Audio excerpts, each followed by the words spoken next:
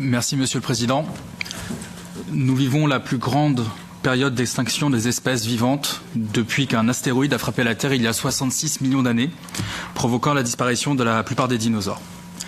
Protéger notre biodiversité, c'est un des objectifs fondamentaux du programme LIFE créé par Jacques Delors en 1992.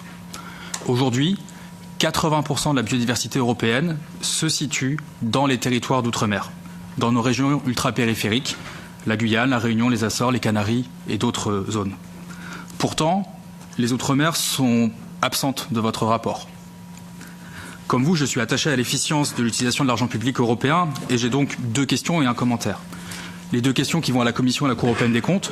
Sur les 22 projets stratégiques que vous avez analysés, combien concernaient les Outre-mer?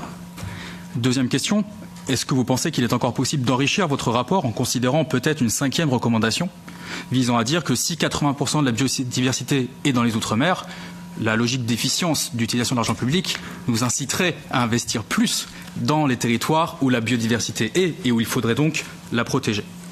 Et je terminerai par un message pour mes collègues qui sont de l'autre côté de notre Parlement et notamment ceux qui disent défendre les Outre-mer.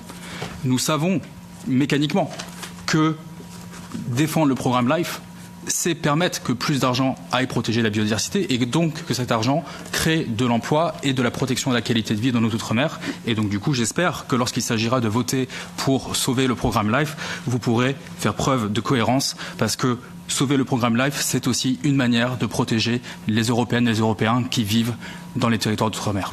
Merci.